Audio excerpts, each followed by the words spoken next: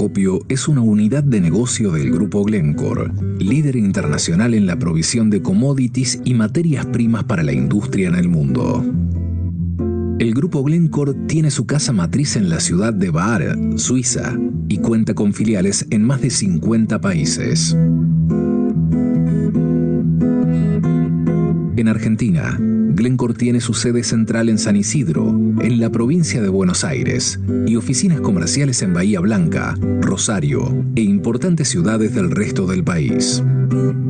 Glencore tiene una participación destacada en todos los servicios donde interviene: acopio y servicios agropecuarios, exportación de cereales, crushing y exportación de oleaginosas, biocombustibles, molienda y exportación de arroz, petróleo, metales y minerales, semillas, fertilizantes, combustibles y operatoria del canje de granos, agrosoluciones sustentables. Glencore Acopio. Cultivamos confianza.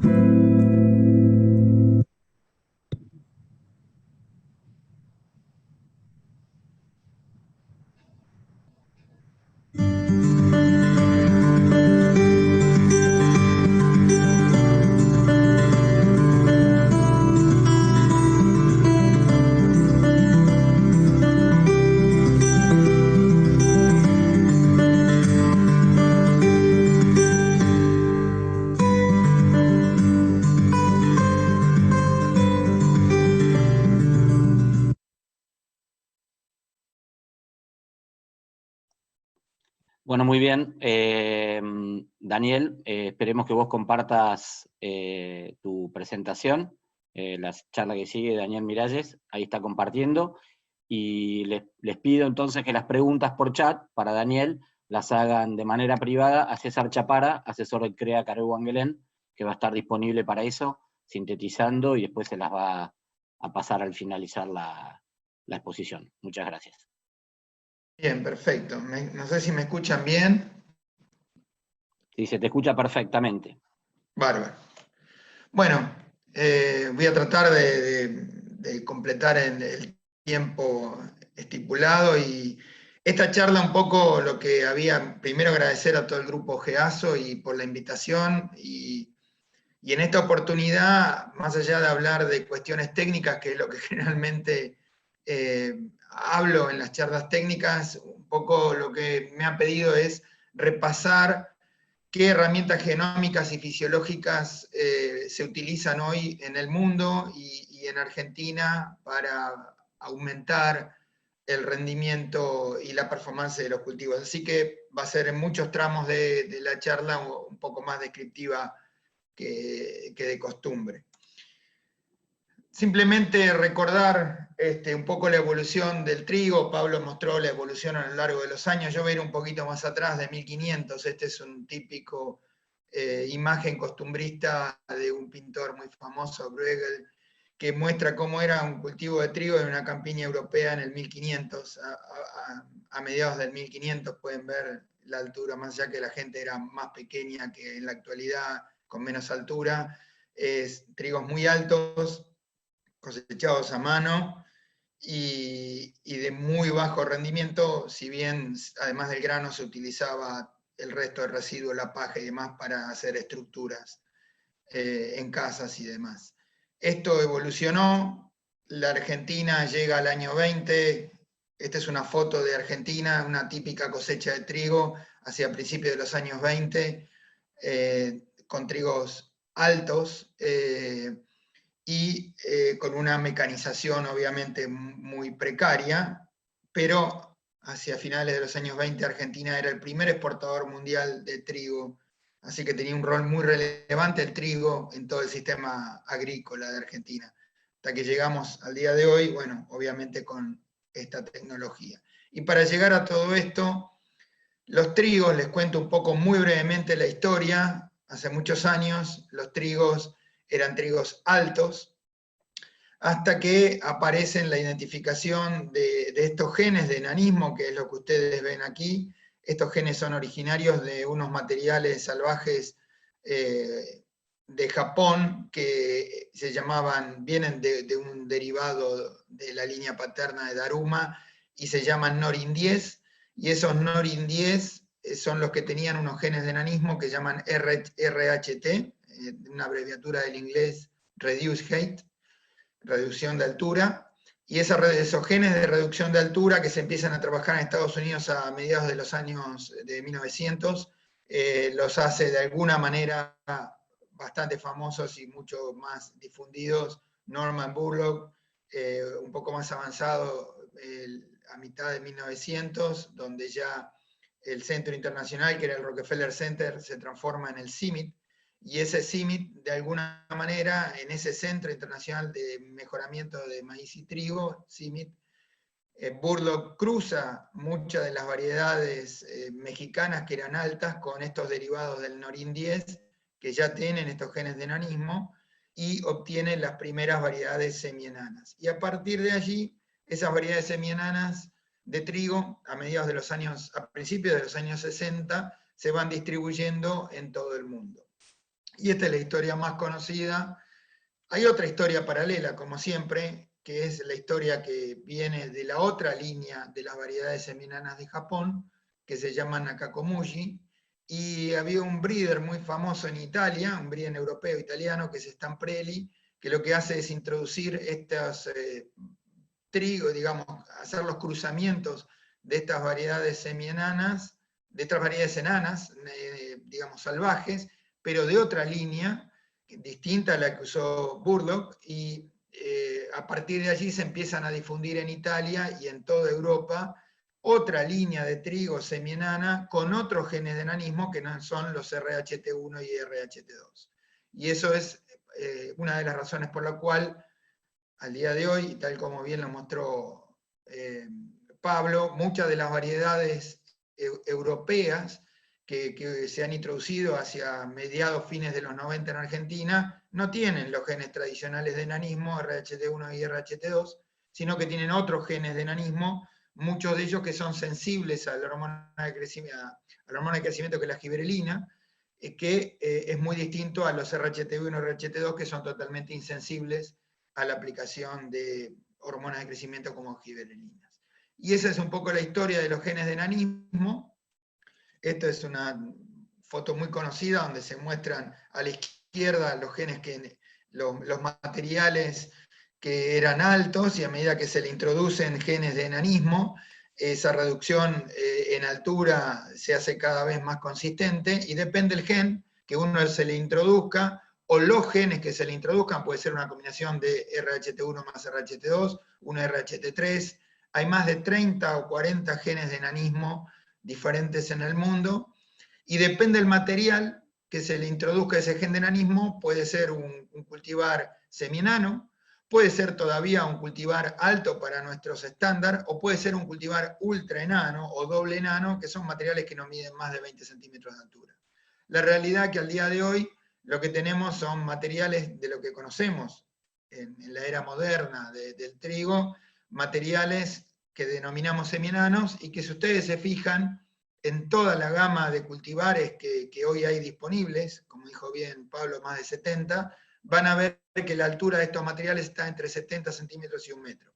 Y eso no es caprichoso, simplemente porque alturas mayores a 70 centímetros o 1 metro reducen sustancialmente el índice de cosecha, es decir, la partición a los granos, y por eso no son muy redituables en términos de rendimiento. Y si bajo excesivamente la altura, lo que tengo es un compromiso de la biomasa, y entonces como rendimiento es biomasa por índice de cosecha, puedo promover el índice de cosecha, pero si altero negativamente la biomasa, el rendimiento se reduce. Y esa es la razón por la cual no tenemos cultivares enanos o menos de 70 centímetros de altura, porque no serían realmente muy favorables para el rendimiento. En definitiva, la altura óptima es la que predomina, que está entre 70 centímetros y 1 metro, y esto permite, además de evitar el vuelco, que fue el origen de la introducción de estos materiales, cuando Borlaug o cuando Stamprelli los introduce en Europa, que era evitar que se vuelquen, especialmente en años de buena oferta ambiental. Lo que hizo principalmente, que se determinó 20 años después que fueron introducidos, es mejorar la partición de carbono hacia la espiga. Entonces hoy los materiales semienanos tienen una relación espiga-tallo mucho más favorable, además de evitar el vuelco, que lo que hace es mejorar ese establecimiento de granos a través de una mejor fertilidad de espigas y todo esos atributos que se fueron mejorando los identifica Tony Fisher a partir de diferentes ensayos en CIMMYT hacia fines de los 70 o mediados de los 80. Así que esa es un poco la historia de por qué hoy tenemos los cultivares que tenemos, que son semienanos, y esto fue absolutamente asociado a un breeding tradicional. Obviamente no existía la biotecnología en aquellas épocas, y la fisiología, a través de Tony Fisher, fue quien de alguna manera identificó estos atributos favorables fisiológicos, donde el auge de la fisiología para entender este aumento de rendimiento fue hacia fines de los 60 y los 70 aproximadamente, o antes de los 60 y los 70. Y un poco para mostrar qué es lo que pasó con el rendimiento, ustedes lo ven allí, este es el trigo en el mundo, tomado de los años 60, y fíjense que tenemos, si consideramos una regresión lineal, el rendimiento en función de los años, tenemos una ganancia de 40 kilos por hectárea por año, esa es la ganancia de trigo en el mundo, y si lo vemos en cebada, en términos generales, aquí piensen que 80% del destino de la cebada en el mundo es para origen animal, 20% para consumo animal, 20% es para destino cervecero, y hay otros destinos menores que es para consumo directo humano. Pero la cebada tuvo en el mundo una ganancia que fue sustancialmente menor, si tomamos todo el set de años, estos son datos de la FAO, mucho menor que lo que tuvo trigo. En Argentina, ya lo adelantó un poco Pablo en alguna figura, estos son datos de la FAO que hemos tomado, y fíjense que el rendimiento a lo largo de los años, uno podría hasta ajustar distintos modelos, depende los segmentos que tome a lo largo de los años, pero bueno, el modelo que mejor ajustó por mínimos cuadrados en este caso es un modelo bilineal, donde el trigo en la Argentina hasta los años 80 tenía una ganancia, donde aquí está metida en esta ganancia una proporción de la mejora genética y otra proporción de la tecnología. Fíjense que hasta los años 80 la ganancia en rendimiento era relativamente baja, 10 kilos por hectárea por año, pero a partir de los años 80, por allí aparecen los materiales semienanos, y uno de los primeros, si no fue el primero que apareció, es el Marco Juárez Cinta, hacia fines de los 70. Allí la ganancia aumenta hasta los 37 kilos por hectárea por año. Pero si lo vemos en cebada, fíjense que en cebada el rendimiento hasta los años 80 o mediados de los 80 era muy similar a lo de trigo, 10 kilos por hectárea por año, y esto en Argentina, el destino de cebada, como ustedes bien saben, es cebada cervecera. Todo lo que se produce en Argentina, en principio, está destinado a cebada cervecera, y lo que no va para cebada cervecera se comercializa como cebada forrajera, pero los materiales son básicamente más o menos los mismos, y allí la ganancia en cebada es bastante mayor a la que se ve en trigo, con un poco más de 60 kilos por hectárea por año.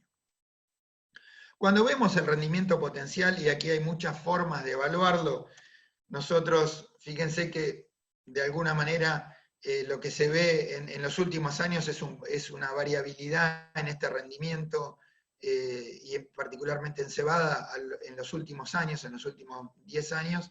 Entonces, lo que nos preguntamos es cómo es la ganancia de rendimiento potencial cuando no tiene ninguna restricción de nutrientes, de agua o biótica, y para eso hay muchas metodologías.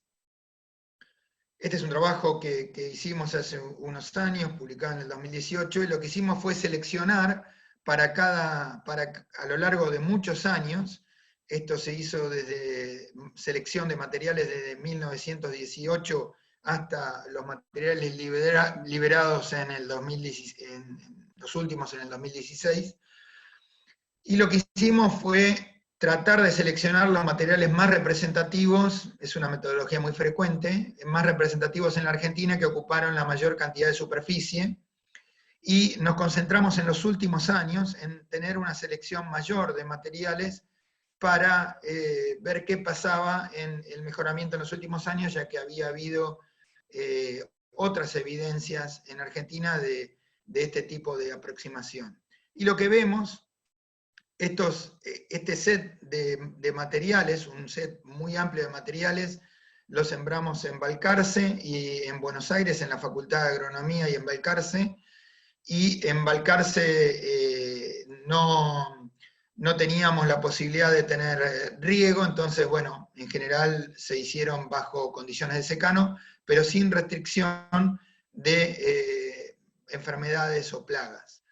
Y en Buenos Aires sí lo hicimos bajo condiciones de riego. Entonces lo que ustedes ven en el grafiquito que es de cajas, que es el box plot a la derecha, es el rendimiento con la cruz, con el signo más la media, la línea la mediana, la caja es el 50% de los datos, y todo el resto, los extremos, son los rendimientos máximos y mínimos. Y acá tenemos, para poder comparar todos las tres ambientes, lo que hicimos fue los desvíos con respecto al rendimiento medio de cada ambiente. Y lo que vemos es prácticamente un estancamiento en la ganancia. Esto es ganancia genética, genuinamente, porque todo el sistema de oferta de recursos estaba en forma uniformizada para todos los materiales. Vemos que hasta los años 40 prácticamente no hay ninguna ganancia en el rendimiento. Entre los años 40 y los años 2000 tenemos una ganancia en forma lineal de 51 kilos por hectárea por año. Fíjense que los breeders, ya antes de la introducción en términos de rendimiento potencial, antes de la introducción de los materiales semienanos, ya habían empezado a tener una ganancia en rendimiento, fundamentalmente por una reducción de altura, más allá de la introducción de los genes de enanismo. Y en los últimos años lo que se ve es un poco un estancamiento, si uno toma el promedio de los últimos materiales que hemos seleccionado, porque el rendimiento en términos promedios cae a 14 kilos por hectárea por año, pero si tomamos los mejores materiales, fíjense que ahí estoy señalando los mejores materiales, la ganancia en rendimiento mantiene de alguna manera en los materiales de élite y de mejor comportamiento esa tendencia que se venía viendo en los años anteriores. Mucho de esto, y como un poco lo comentó Pablo, tiene que ver con la introgresión de materiales de origen europeo, particularmente de origen francés, y el Baguette 10 fue un material que marcó un salto muy importante en el rendimiento, que lo han continuado algunos materiales de origen francés en este grupo que tenemos, que vemos gran variabilidad. Los de mejores performances también son materiales de origen francés. Y en aquel momento uno de los destacados fue el Baguette 601, que luego salió por razones sanitarias, por quebrar resistencia roya del tallo, pero un material de alto potencial de rendimiento. Así que un poco esto es lo que hemos visto en Argentina en los últimos años. Y obviamente el objetivo que tiene todo semillero y cualquier semillero en el mundo, tanto privado como estatal, es aumentar el rendimiento, es decir, tratando de tener una sanidad relativamente aceptable. Hoy la sanidad, si bien es un punto muy importante en los programas de mejoramiento, es aceptable que el material tenga una sanidad, digamos, no perfecta, ni con una respuesta totalmente sano a todas las enfermedades, porque sería imposible, pero sí que se pueda controlar aceptablemente con fitoterápicos, pero sí que tenga una performance de rendimiento muy buena para poder seguir teniendo un rol predominante o de selección por parte de los productores. Así que el rendimiento es una de las prioridades, la sanidad y luego la calidad. Ese es un poco tal vez el esquema de un programa de mejoramiento. Entonces, en todo esto, ¿qué es lo que se está buscando en el mundo hoy? ¿O qué es lo que hoy se está trabajando en el mundo. Bueno, lo que les voy a mostrar es un poco este punteo. Hoy se vuelve a discutir los híbridos y muchos programas de mejoramiento en el mundo están trabajando en trigos y cebadas híbridas. Ahora les voy a mostrar algunos resultados. Un mejoramiento asistido por caracteres fisiológicos. La fisiología vuelve a retomar un poco el rol que ha tenido en aquellos años de los 60 y los 70 con la identificación de caracteres muy favorables para distintos atributos, y hoy se vuelve a trabajar en conjunto con la fisiología para mejorar caracteres de rendimiento y calidad, y sanitarios también. La identificación con el rol de la biotecnología de genes, alelos o segmentos cromosómicos que pueden ser introducidos o identificados para mejorar rendimiento, calidad y factores bióticos y abióticos. Y en los últimos años la transgénesis, que lo hemos visto ya desde hace varios años en cultivos como soja y maíz, y en otros cultivos como algodón y otros cultivos que no son cereales, pero particularmente en los cultivos de trigo, esto ha sido bastante reciente, entonces le voy a hacer algunos comentarios sobre eso. Y de esto hay cientos de papers que se han publicado, así que voy a seleccionar algunos de ellos para mostrárselos. En este contexto, lo que se ha creado en los últimos años es, en términos el objetivo de mejorar el rendimiento y la calidad y la sanidad del cultivo de trigo, se ha creado lo que se llama la Wheat Initiative.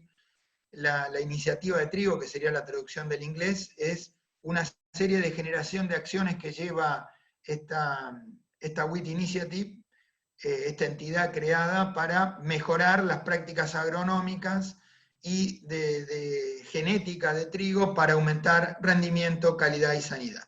Y en ese contexto, en los últimos años se ha creado lo que se llama el International Wheat Yield Partnership, que es algo así como un consorcio internacional de trigo, donde reúne a mejoradores, científicos, tecnólogos de todo el mundo, para que apliquen a distintos proyectos de distinto tipo, para tratar de aumentar el rendimiento, la calidad y mejorar o sostener la sanidad del cultivo.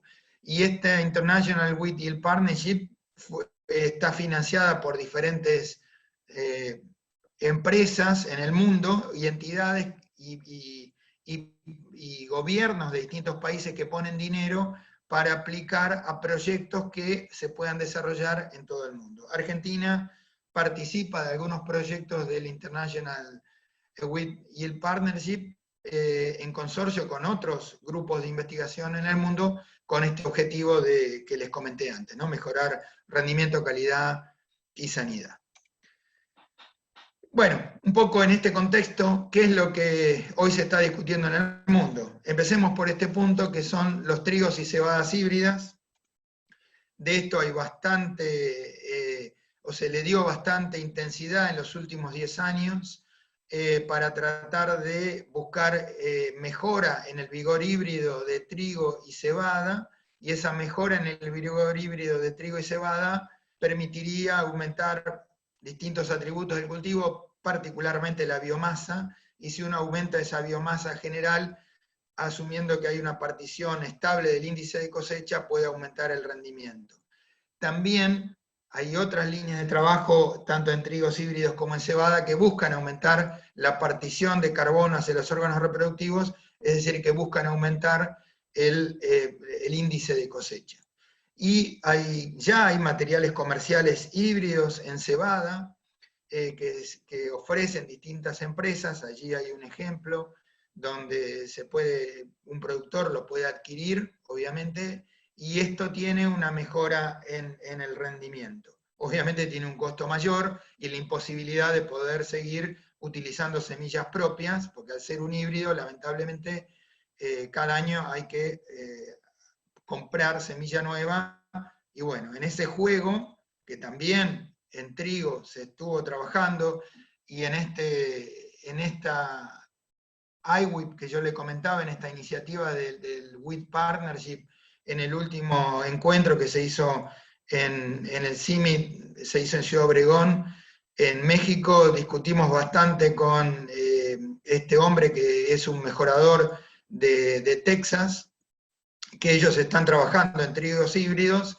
y lo que decía Ibrahim era que lo que habían logrado eran un delta de rendimiento de trigos híbridos de un 10%, y lo que estaban buscando era aumentar ese delta de rendimiento con respecto a las variedades, porque según lo que obviamente veían entre el costo de la hibridación, que es mucho mayor que obtener una variedad comercial, de las tradicionales que usamos en el mundo, que es la mayor proporción, para poder tener una chance de que esto tenga alguna aceptación por parte de los productores, el delta de rendimiento tendría que ser entre un 15 y un 20%, y más cercano a un 18 o 20%.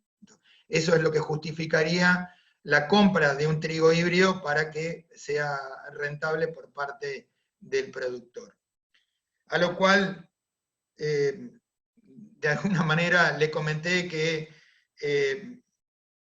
esto era lo mismo que pasaba en la Argentina en los años 80, y hay algo muy particular que les quiero comentar. Argentina tuvo esto, para los más jóvenes, los más grandes como yo ya lo hemos vivido, pero Argentina tuvo trigos híbridos entre el 85 y el 92, un programa de Cargill, coordinado, dirigido por el ingeniero Néstor Machado, hoy obviamente en actividad en la empresa Klein, y Néstor, que coordinaba aquel programa híbrido, habían liberado 3 materiales híbridos en la Argentina, que eran los Trigomax, y pasaba exactamente lo mismo que se discute hoy, más de 20 años después. O sea, el punto en los trigos híbridos es, el desafío es cuánto es el delta de rendimiento que me ofrece un trigo híbrido para que sea realmente en mi margen rentable para poder,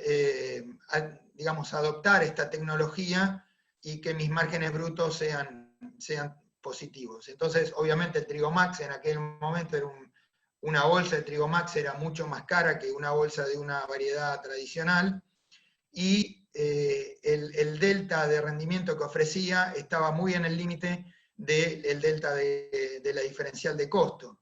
Y yo recuerdo que en aquel momento, lo que de alguna manera la estrategia de la empresa para que esto pudiera ser adoptado era sugerir que se baje la densidad de siembra. Al bajar la densidad de siembra, eso abarataba el costo de la bolsa de semilla, que en un trigo híbrido es fundamental, y dependía obviamente el año en cuestión, eso generaba una mejora en los rendimientos con un abaratamiento del costo porque bajaba la densidad, pero en otros casos no funcionaba, y bueno, todo el programa de Cargill se desactivó en los años, a principios de los años 90, y lo más curioso, yo lo hablaba con Néstor, a mí me sorprendía cómo en el mundo esto no fue más difundido. Argentina fue, si no recuerdo mal, uno de los 5 países en el mundo pioneros en desarrollar trigos híbridos en el mundo.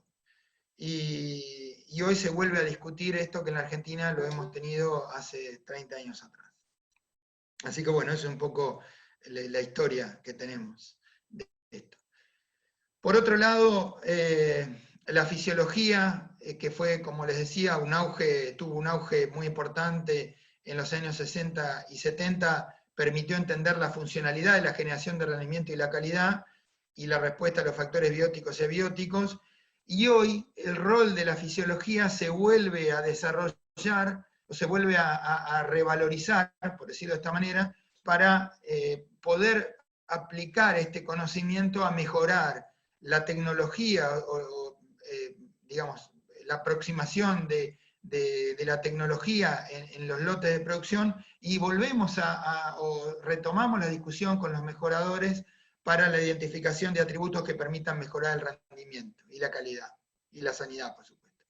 Y las técnicas moleculares, que aparecieron allá tímidamente por los años 70, y decían, digamos, tuvieron un crecimiento muy, pero muy acelerado a partir de los años 70, porque decían los biotecnólogos que esto iba a cambiar o iba a revolucionar los cultivos y el rendimiento de los cultivos, hasta el día de hoy el impacto que ha tenido la biotecnología en caracteres cuantitativos ha sido pobre, creo que si soy generoso, o nulo en términos cuantitativos, y sí en términos cualitativos, porque la introgresión de genes de tolerancia a herbicidas o de tolerancia a alguna enfermedad digamos, que tienen una tolerancia con unos pocos genes o que son monogénicas, allí sí se ha tenido un impacto muy importante de la biotecnología, pero en caracteres cuantitativos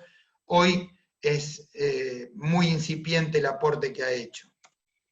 Entonces, de alguna manera, el desafío ahora es tratar de juntar todo este combo: la fisiología, la tecnología, la biotecnología y el breeding, para tratar de que esto, es decir, el aporte de la biotecnología tenga un impacto más allá de los caracteres cualitativos en caracteres cuantitativos. Y allí hay una serie de ejemplos que yo les pongo de marcadores que pueden ser utilizados para mejorar algunos de los aspectos que son muy relevantes para el cultivo. Pero para el rendimiento o para el número de granos todavía, como les voy a mostrar ahora, estamos bastante con un conocimiento muy incipiente. En relación a la fisiología, ¿qué es lo que hoy tenemos? Bueno, la fisiología ha aportado en poblaciones, en este caso lo que les muestro aquí es un ejemplo de una población doble haploide que fue, digamos, un avance bastante importante en los programas de mejoramiento. Muchos de los programas de mejoramiento hoy se basan directamente en líneas doble haploides porque permiten una aceleración del mejoramiento y una aceleración de las etapas de las generaciones hasta llegar a una estabilización de la población para hacer selección, y entonces en términos de selección las doble haploides han mejorado sustancialmente, han acortado los tiempos sustancialmente, y esto en combinación con un mapeo molecular, que hoy tenemos cada vez más digamos, chips de genes que podemos trabajar. Hoy los chips modernos tienen más de 50 y pico mil genes que podemos identificar. Muchos de ellos conocemos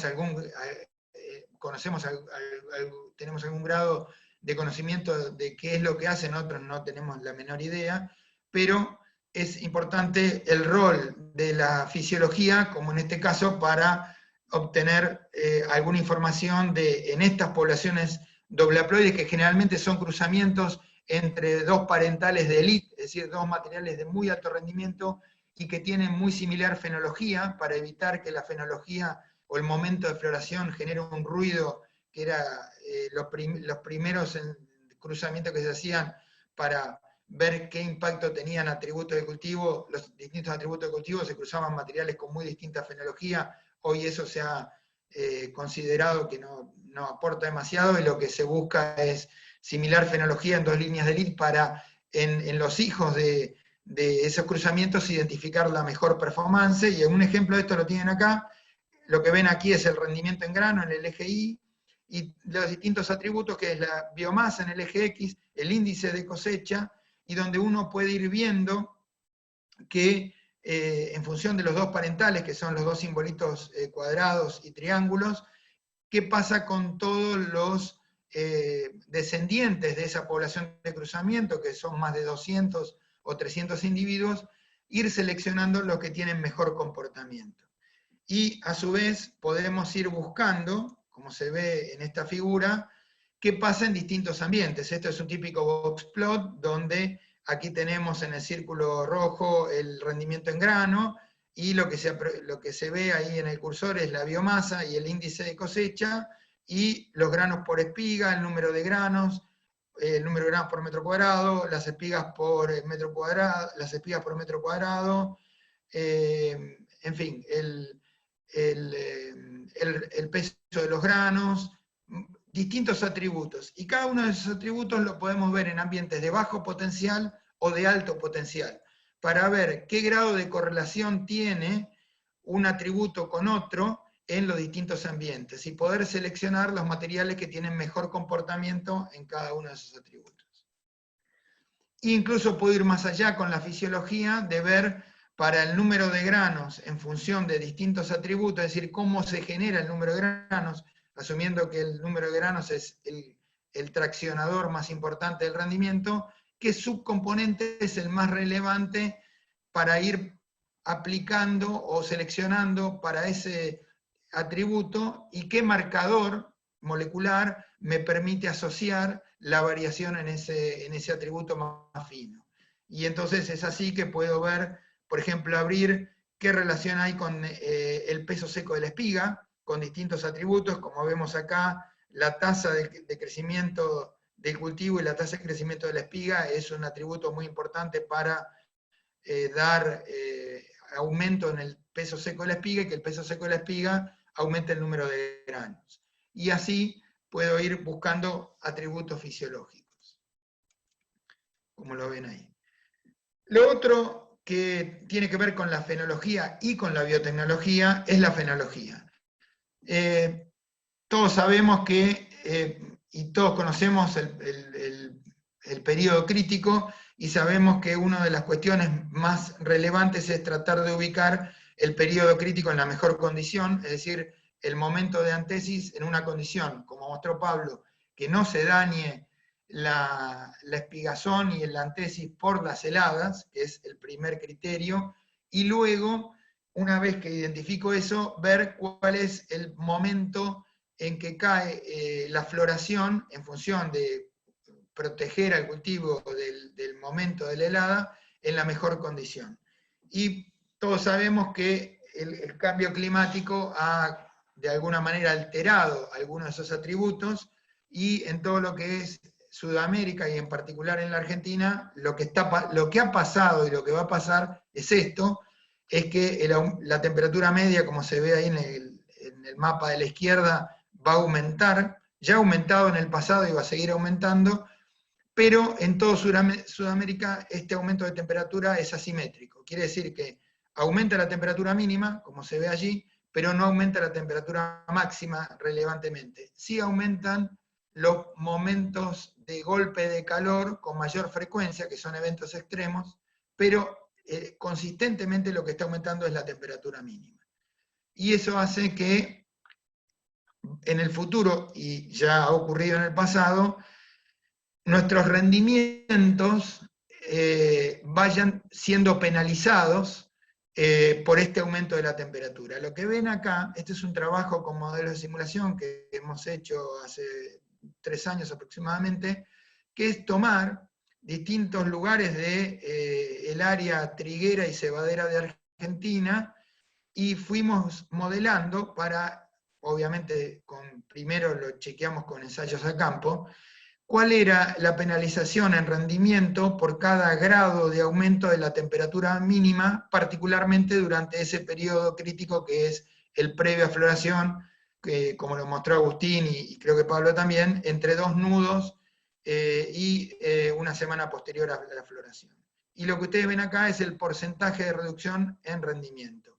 El circulito muestra la magnitud y el dato de adentro les muestra el número, y donde no hay ningún número es que no fue significativo. Y si se fijan, van a ver que hay restricción entre nada, entre prácticamente 0% por cada grado, hasta 7% en trigo, y a la derecha en cebada llegan hasta 9% de reducción en rendimiento por cada grado de aumento en la temperatura mínima. Y esto va a estar principalmente, digamos, penalizado en toda la zona sur, sudeste y sudoeste, más que en la zona centro y norte, donde, como ven, los valores son menores que en la parte inferior en general, particularmente para trigo. Y esto tiene que ver con lo que ha pasado. Este es un ejemplo para 9 de julio, esto es datos que ha procesado Plexagro. Esto es la probabilidad de ocurrencia de la última helada en este eje X, en este eje Y de la izquierda, y en el eje Y de la derecha es la probabilidad de ocurrencia de un golpe de calor. Esto es lo que hay que mirar cuando uno busca optimizar el momento de posicionamiento de la floración. Fíjense que en verde la probabilidad de la última helada, estos son datos históricos, va cayendo a medida que me atraso. Aquí abajo tengo la fecha de floración, y a medida que me atraso en la fecha de floración, si bien baja el riesgo de helada, aumenta el riesgo de golpe de calor. Entonces esto es una relación de compromiso entre tomar un riesgo de helada y tomar un riesgo de golpe de calor. ¿Cuál es el riesgo de helada que un productor toma normalmente, un asesor toma? Entre 10 y 20%. Si lo ponemos allí como ejemplo, esto les repito, estos son datos para el 9 de julio, allí tengo en el 10% del daño, una probabilidad de daño por heladas, el cultivo debería florecer en este momento. Si florece en este momento, el daño por golpe de calor, eventualmente que puede tener, es entre un 10 y un 15%. Ahora, si tomamos los últimos 10 años, en vez de tomar los datos históricos, lo que ha pasado es esto. La probabilidad de golpe de calor se ha adelantado y la probabilidad de ocurrencia de heladas también. Entonces, esto quiere decir que si yo estoy trabajando con la misma fecha de siembra, actualmente tomando un dato histórico de los últimos 40 o 50 años, estoy tomando un riesgo de helada menor al que es lo que ustedes ven allí abajo. A ver si el cursor lo puedo poner. Ahí abajo estoy tomando un riesgo de helada menor y un riesgo de golpe de calor mayor. Esto implica que lo que puedo hacer es adelantar la floración. En realidad lo que debo hacer es adelantar la floración para llevarla a este nivel. ¿Por qué? Porque tomando el mismo riesgo de helada del 10%, con los últimos 10 años para esta localidad, no quiere decir que esto sea extrapolable a todas, hay que hacerlo en cada localidad, puedo tomar el mismo riesgo de helada más temprano, y tomar un riesgo de golpe de calor que podría ser el mismo o mayor dependiendo de cada localidad.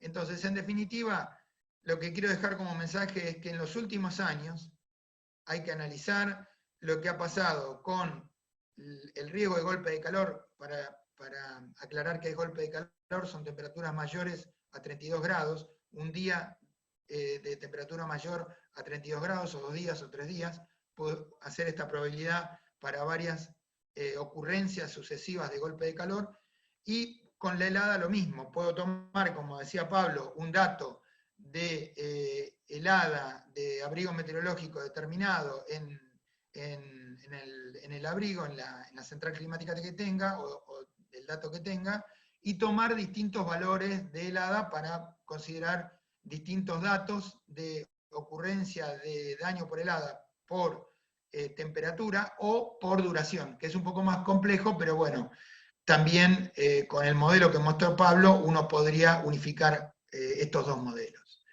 Entonces, lo que uno espera es que en el futuro y actualmente se produzca un adelantamiento de la fecha de floración, si es que en la zona hay un adelantamiento de la fecha de última helada. Esto, como les digo, no es exactamente así, y en particular para la zona del sudoeste no es exactamente así, porque hay un triángulo que siempre decimos allí, Coronel Suárez o La Barría, toda esa zona, la temperatura mínima, no solo que no ha aumentado, sino que en el mejor de los casos no ha aumentado, sino que en los últimos años se ve una tendencia a hacer, incluso tener una tendencia a reducirse la temperatura mínima, por lo cual hay que explorar un poco eso para esta zona particular del sudoeste, que no tiene la misma tendencia que otras regiones. Y con esto lo que necesitamos en definitiva es tener un modelo fenológico robusto, y de esto me voy a detener un minuto. Hoy lo que tenemos, si ustedes se fijan, los catálogos de la mayoría de los semilleros, les da un poco más de información, además de darle un rango de fechas óptimas, le da algo de información que dice si tiene vernalización o no los materiales, es decir, si tiene un requerimiento de horas de frío o no. Lo que nunca se informa, porque en muchos casos no se sabe, es cuánto es el requerimiento de vernalización. ¿Es mucho, poco? Acá tenemos un ejemplo de un material. Nosotros estamos trabajando en un set de materiales para tratar de identificar esto. Yo les voy a mostrar solo algunos ejemplos. Este es un Biointa 3003, y fíjense que es un material que si no está vernalizado, esto es tiempo térmico de emergencia floración en función de la fecha de emergencia, si no está vernalizado, el tiempo térmico a medida que atraso la fecha de emergencia, no solo que no se reduce, sino que aumenta. Ahora, en la medida que el material está vernalizado, lo que ven aquí en lila son 2 semanas de vernalización, 4 semanas o 6 semanas de vernalización, el material va teniendo un distinto comportamiento. Es decir, a medida que atraso la fecha de siembra, reduce su tiempo térmico a floración porque va cubriendo el requerimiento de vernalización. Entonces, si el material, en este caso, para saturar este requerimiento de vernalización, requirió 6 semanas de vernalización. ¿A qué temperatura? Bueno, a temperaturas óptimas de vernalización, que es lo que hicimos artificialmente. Estos materiales están puestos en una heladera vernalizante, desde que entra agua a la semilla de la imbibición hasta que cumple las 6 semanas de vernalización, entre 3 y 6 grados aproximadamente. Y esto tiene que ver con lo que vemos a la derecha, que es la eficiencia de vernalización. Este es un esquema donde muestra, este esquema va entre 0 y 1, que podríamos decir que son unidades o grado de eficiencia en vernalización con distinta temperatura. La temperatura vernalizante óptima, donde el cultivo por cada día que está expuesto a esta temperatura tiene un óptimo de ganancia en la vernalización, es entre 3 y 8 grados. Ahora, si está en menores temperaturas, vernaliza, pero en una eficiencia menor. Fíjense que si está a 2 grados, por ejemplo, no es que no vernaliza, sino que vernaliza a un 50%. Es decir, por cada día que vernaliza a 4 grados, a 2 grados necesita 2 días para poder llegar a la misma eficiencia. Y lo mismo pasa en temperaturas mayores. ¿Qué hicimos con esto? Con esto lo que hicimos, para tratar de ir llevándolo a un sistema que pueda ser transferible a la producción, nosotros le asignamos lo que se llaman unidades de vernalización. Un material que tiene baja vernalización requiere menos de 14 unidades. Y un material que tiene muy alta vernalización requiere un número igual o mayor a 42 unidades vernalizantes. ¿Cómo lo transfiero esto a la realidad? Teniendo datos climáticos, yo puedo saber cuánto tiempo el material a lo largo de su ciclo está ganando unidades de vernalización en función de la temperatura que ha tenido media durante cada día.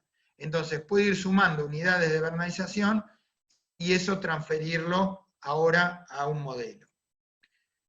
Eso es lo que hemos hecho. Este es otro ejemplo, que es un baguette 31, un material muy largo que también requiere vernalización.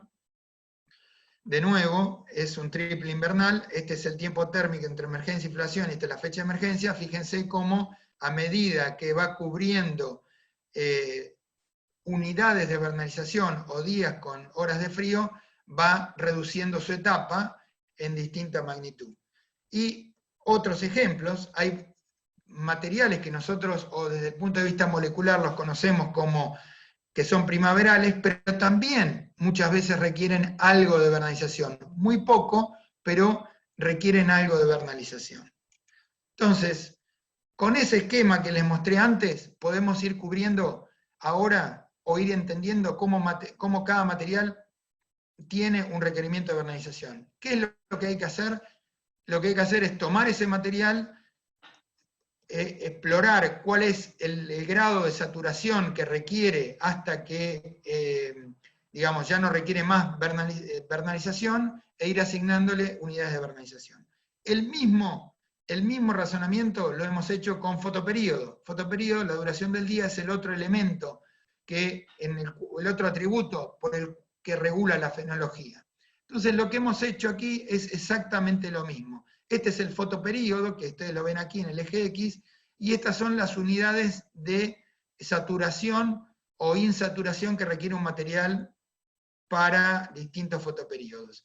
Cualquier material que esté entre 8 y 16 horas, lo que tiene es una aceleración de su desarrollo. Entre 8 horas, fotoperíodos muy cortos y fotoperíodos muy largos. entonces se le ha asignado con un fotoperiodo, a medida que aumenta de 8 a 16, valores entre 0 y 1. Cuando está en 8 horas, su tasa de avance es muy lenta. Cuando está en 16, está en la máxima tasa de avance hacia las otras etapas subsiguientes, traccionadas por la duración del día. Si siembro un material muy temprano, en un ciclo largo temprano, está expuesto a fotoperiodos cortos, acá a la izquierda. Y un material corto que lo sembré más tarde, está expuesto hacia fotoperiodos más inductivos. Con eso, y caracterizando el material, le podemos dar unidades de fotoperiodo. Y eso nos permite llegar a este tipo de modelos, donde tengo un tiempo térmico afectado por el fotoperiodo, que el fotoperiodo, la ventaja que tiene es que cambia latitudinalmente o cambia dentro de cada latitud con fecha de siembra, pero siempre que siembre en esa fecha de siembra y para un determinado material, siempre voy a tener un rango de fotoperiodo que es siempre el mismo cada vez que lo siembre en esa fecha de siembra y con el mismo material. Cuando me voy a cambios de latitud, es decir, pasé, no sé, de Bordenave o de Suárez, pasé a Pergamino, obviamente para la misma fecha de siembra, cambia el fotoperiodo y por eso lo tenemos que caracterizar. Y esto es lo que tenemos aquí. Este es un modelo que ya está corregido por fotoperiodo, y fíjense cómo este es un ejemplo para una K315, cómo la corrección, si no tuviera esta corrección por fotoperiodo, todos estos valores que ustedes ven acá en distintos colores tendrían una mayor variabilidad entre distintas zonas. Al corregirlo por el factor fotoperiódico, yo ya lo puedo extrapolar a distintas localidades. En definitiva, lo que tenemos ahora es una caracterización de duración de las etapas corregida por fotoperiodo y por vernalización. Este es nuestro nuevo modelo ahora. Lo que, desde el punto de vista de la fisiología, lo que hoy vamos a ofrecer a la parte técnica es que cada material con nombre y apellido pueda ser utilizado en todas las regiones trigueras de Argentina, pudiendo confiablemente, digamos, evaluar o predecir la fenología por una corrección termofotoperiódica y de vernalización. Y estos son los ejemplos.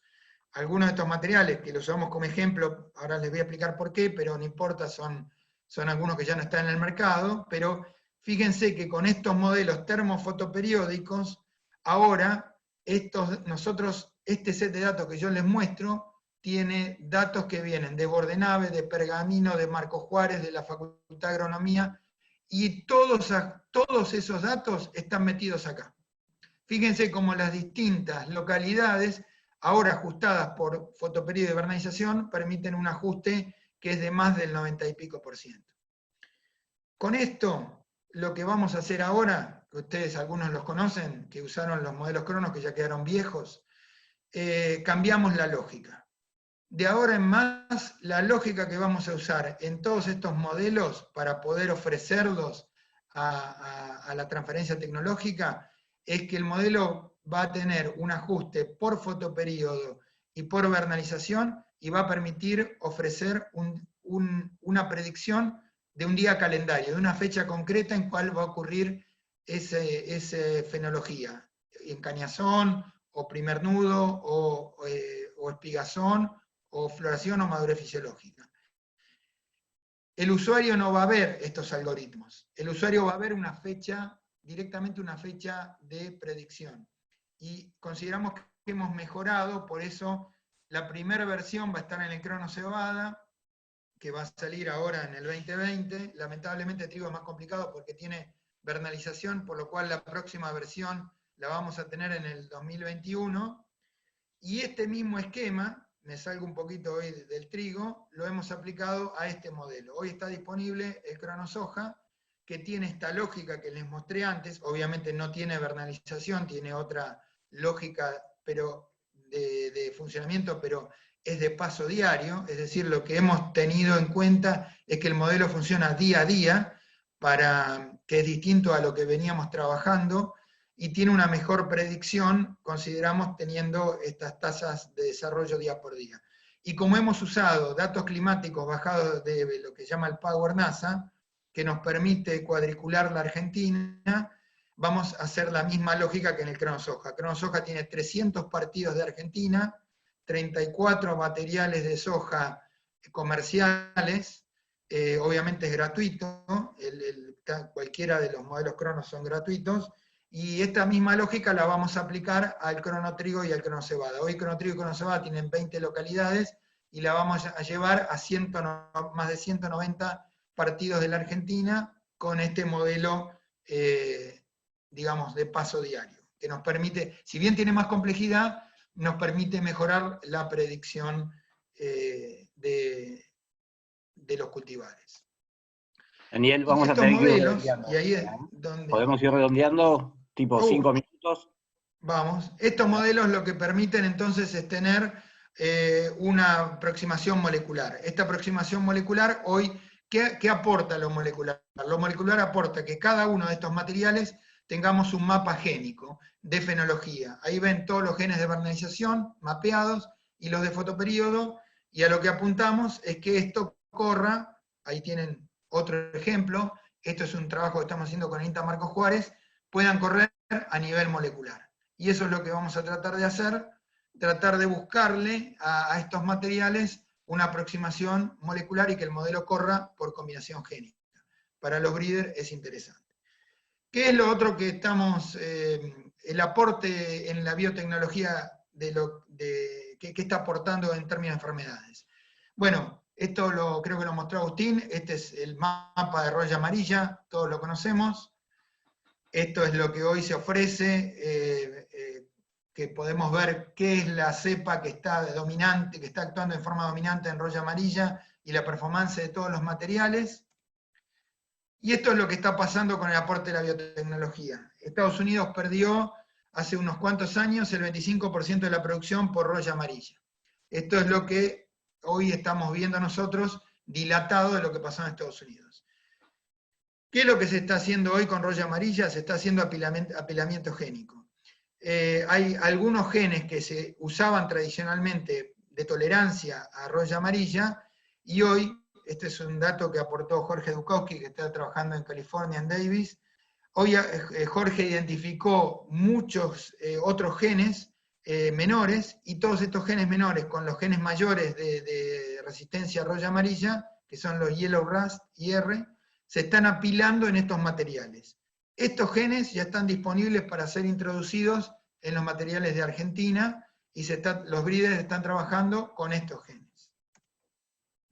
Algo parecido en roya del tallo. La ventaja que tenemos en Argentina es que roya del tallo no es la cepa UG99, son otras razas que son controlables, son mucho menos agresivas y controlables con fungicidas, pero también se está trabajando, porque puede ocurrir que esta raza sea introducida en Argentina, esperemos que no, pero hoy se está trabajando con marcadores de resistencia a roya del tallo, y tratando de darle de nuevo, con apilamiento génico, con genes clonados, tolerancia a roya del tallo.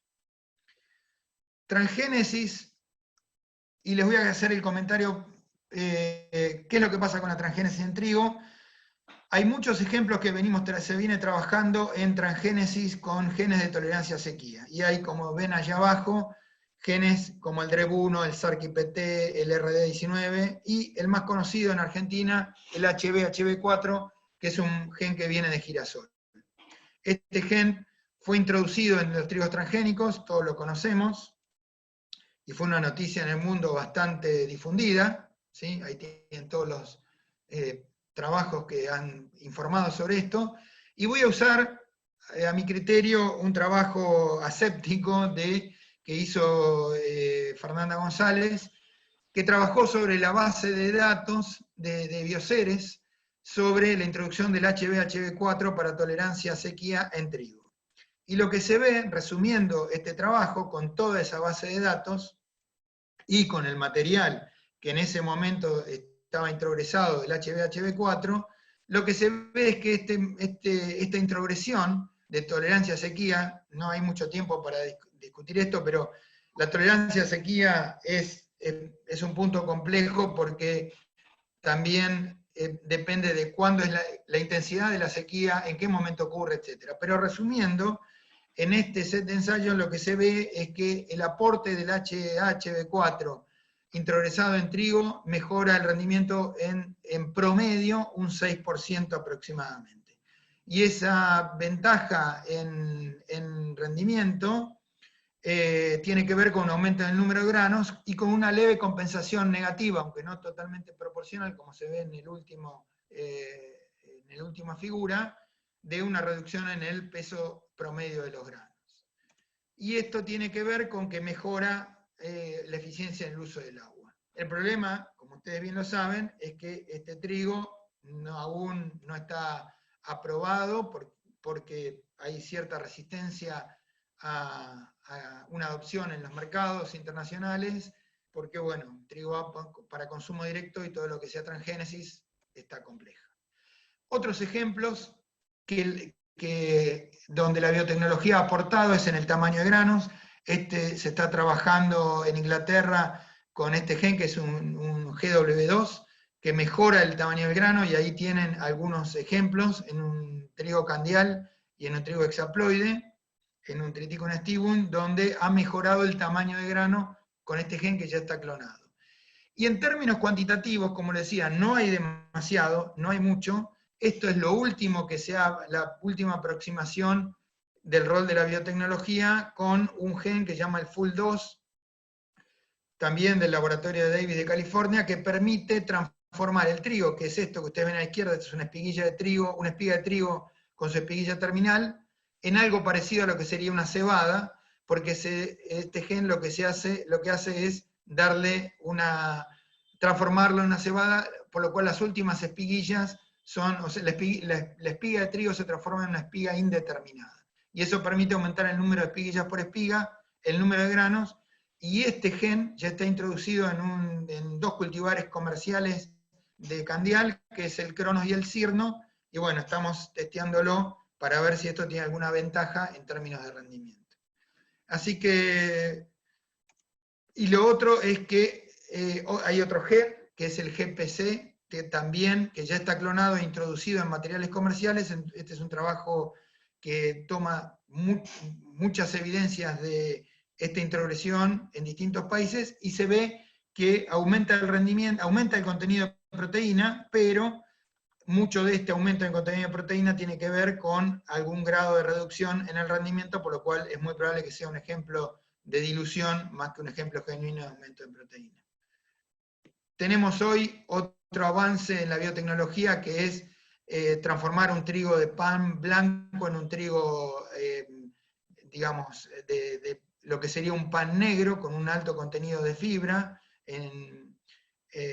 y eso permite mejorar, o sea, para el consumidor tiene un pan blanco con un alto contenido de fibra, como si fuera un pan integral. Esto es comercial, ya hay materiales comerciales y se comercializan con la introducción de estas variedades de trigo.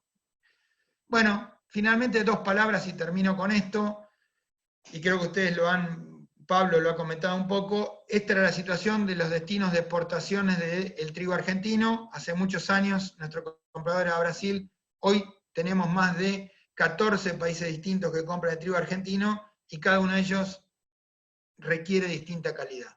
Esto se va a ir agudizando, por lo cual cada vez es más importante que le demos, digamos, más bolilla a lo que es la calidad. Y para eso hoy tenemos materiales que sí pueden cumplir con la demanda de calidad en el mundo, y para eso, si bien la proteína es un discriminador importante de la calidad, tenemos que tener en cuenta que el W es para algunos mercados importante, y algunos mercados como el europeo demandan calidad por W, y Pablo lo mostró también para el trigo brasilero, los grados de trigo brasilero, y eso depende del grupo de calidad. Y en esto la biotecnología puede aportar bastante a identificar algunos genes que le den mayor o menor calidad combinando rendimiento. y cada vez más los grupos 1 están teniendo más presencia y es muy probable que puedan empezar a competir en rendimiento con los grupos 2.